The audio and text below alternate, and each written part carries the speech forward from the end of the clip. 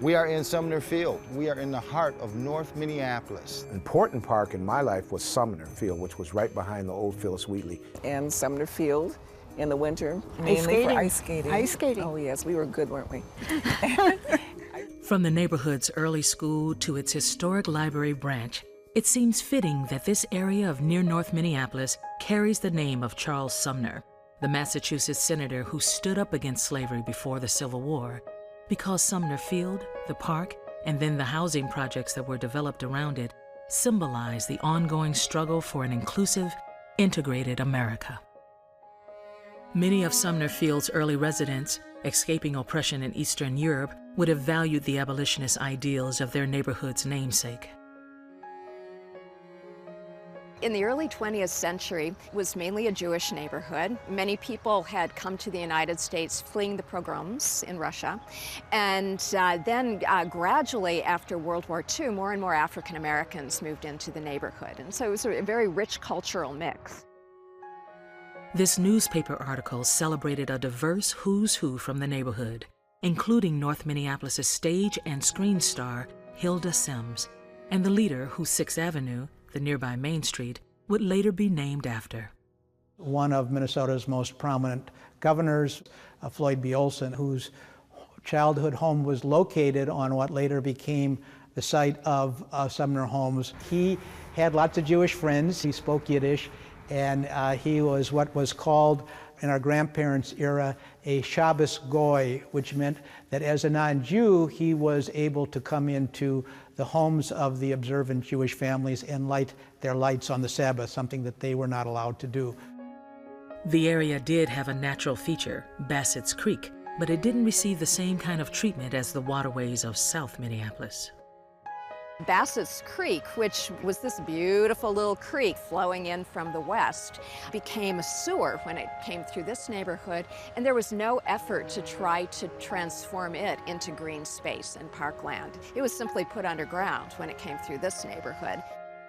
But the city's ambitious park board, which had been developing open space to offer respite in congested working-class neighborhoods, did create a simple park in 1910 called Sumner Field.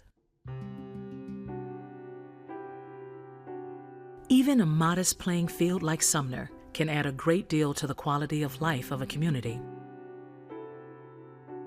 But as the years passed, the area and its housing came under greater scrutiny.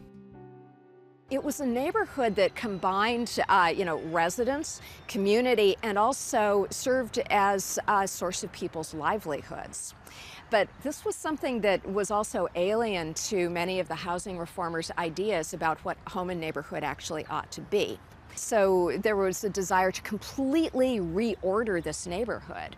Sumner Homes was the first public housing development in Minnesota, built during the New Deal era of the 1930s.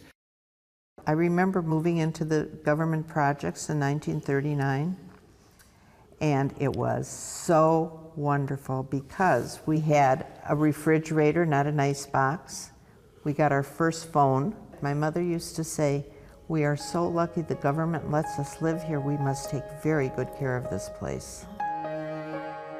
It was like a family in the project. You know, you got to meet people and you became friendly, and everybody kind of watched out for one another. In this archival video, the late Polly Young, a former resident, described how affordable housing in the Sumner Field projects helped stabilize working-class families like hers. We didn't have much when we lived in the Sumner Field homes, and it helped us to get on our feet in life. They lived right over in that direction in the projects, in the 3-story projects. Polly's nephew, Lawrence Simmons, lived just a stone's throw away from the projects, but he recalls that it didn't matter if you lived in the projects or just nearby. Sumner Field was the center of a larger, interconnected community. The kids that were in the surrounding areas used this area as a central play area and community area. Polly's husband, Chubby Young, enlisted his brothers into the barbering trade. The Young brothers became something of a barbering dynasty in the Twin Cities and were featured in Ebony magazine. Their success allowed them to move up and out of the projects. My dad finished barber school. He put the barbershop over in South Minneapolis, and the following year we moved over to South Minneapolis. But we all pretty much started here. Sumner Housing Projects had one characteristic that might surprise Minnesotans. I enjoyed going down there, had many, many friends that lived in the projects. And they were segregated, if you remember. The projects were segregated, yeah, yes. Which I thought, you know, now looking back on that, that was quite amazing. Absolutely.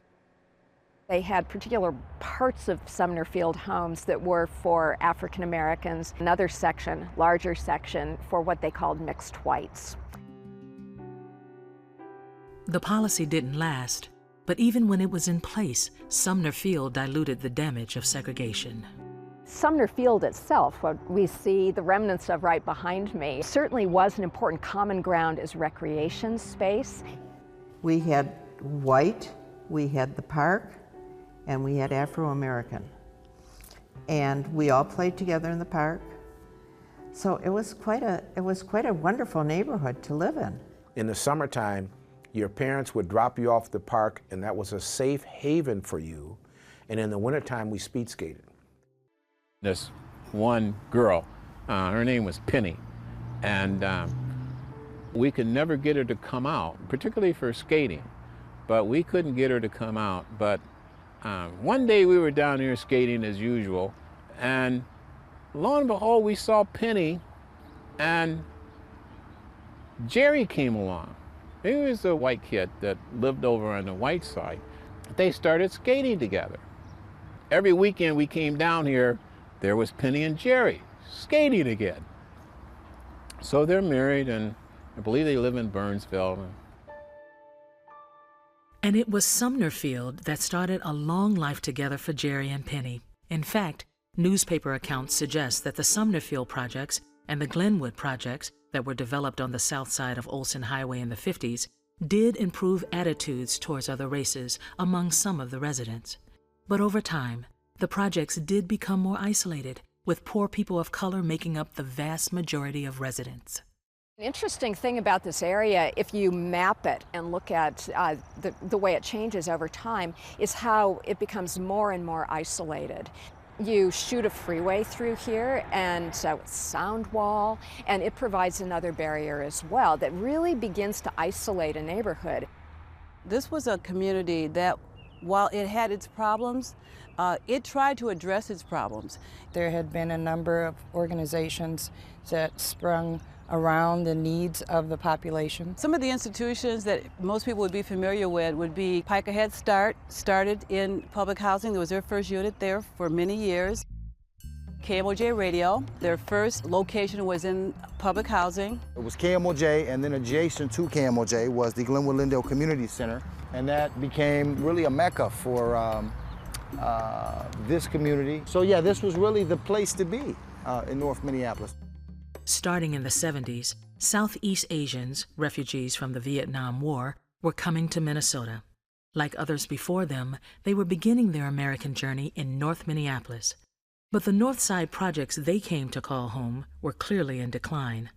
A confluence of troubling conditions led to a lawsuit that moved local and federal agencies to change. There was a lawsuit, the Holman settlement, which called for the redevelopment of the Sumner area.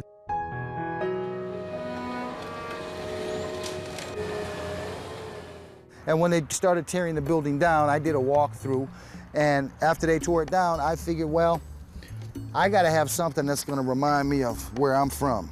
What we have is we have red bricks from the projects right here in North Minneapolis. This group of bricks came from KMOJ Radio, right here. On this piece of land, I probably spent at least 20, 22 years broadcasting from this place right here. KMOJ has a new home, part of several new developments on West Broadway Avenue. Like the community radio station, former residents of the projects have found new homes throughout the metro. I met with and worked with each and every family that was relocated.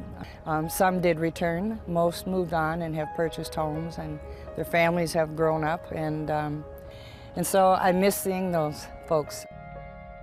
And now we have a new mixed income development there, Heritage Park, which is actually bringing together people from different backgrounds and different housing types living in the same neighborhood. So that neighborhood has gone through quite a series of changes over really the last 100 years.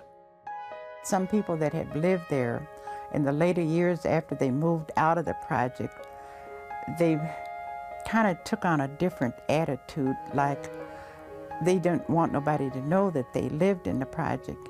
But I don't feel that way. I don't care who knows that I lived there, because those were some very happy days for us.